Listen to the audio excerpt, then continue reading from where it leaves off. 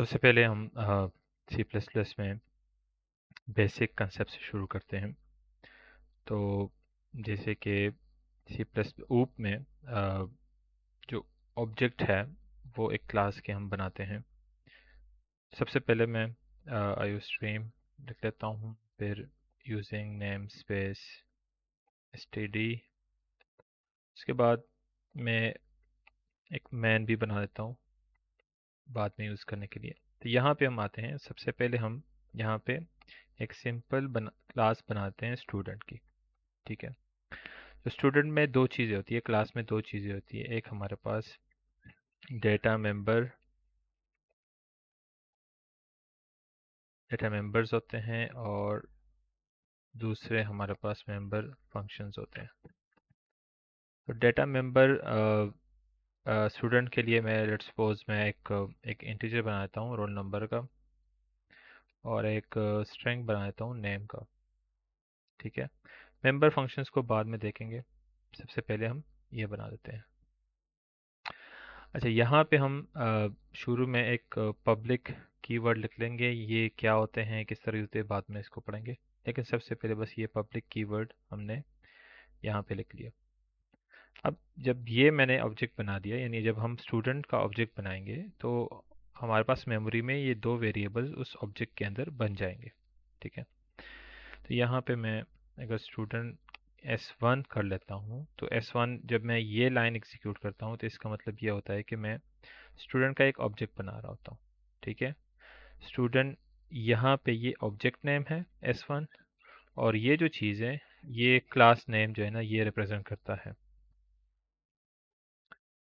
अब यहाँ पे अगर हम देखें तो क्लास यहाँ से शुरू होती है, यहाँ पे ख़त्म होती है।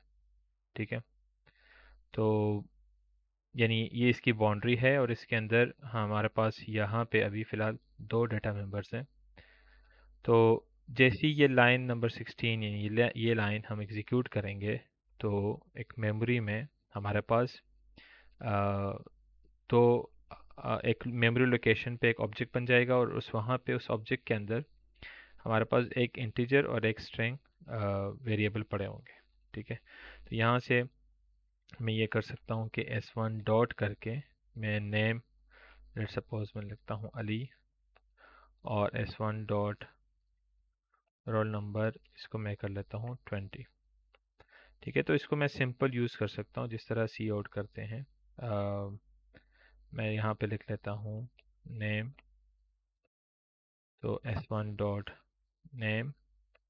इस तरह सी आउट अगर मैं करता हूँ रोल नंबर, तो S1 डॉट रोल नंबर लिख लेता हूँ। ठीक है, इसको मैं अगर एग्जीक्यूट कर लूँ,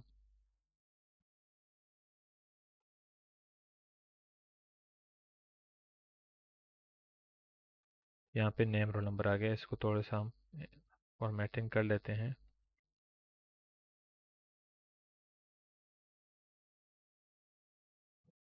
अब यहाँ पे देखें नेम अली रोल नंबर 20 वो आ गया। यानी इसने क्या किया कि पहले सबसे पहले इसने एक ऑब्जेक्ट बना दिया, ऑब्जेक्ट में इसने प्रॉपर्टीज सेट कर दी।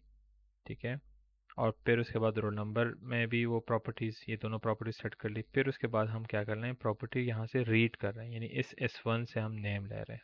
ठीक है, अब अगर हम फॉर एग्जांपल एक दूसरा स्टूडेंट S2 बनाते हैं। ठीक है, अब S2 का डेटा अलग है, नेम उसका है फॉर एग्जांपल असलम, और उसका जो S2 डॉट रोल नंबर है वो लेट सपोज 22 है। ठीक है, तो अब अगर मैं यहाँ पे सी आउट करता हूँ, अब मैं डेटा S2 से लूँगा। ठीक है, तो यहाँ पे S2 डॉट नेम, ठीक है, एंटर कर लेते हैं, एंड सी आउट करके हम यहाँ पे रोल नंबर भी कर लेते हैं, S2 डॉट रोल नंबर। ठीक है, अब यहाँ पे भी हम एक एंडल लगा लेते हैं। एंडल का मतलब है न्यू लाइन, या लाइन को हम एंड करते हैं यहाँ पे।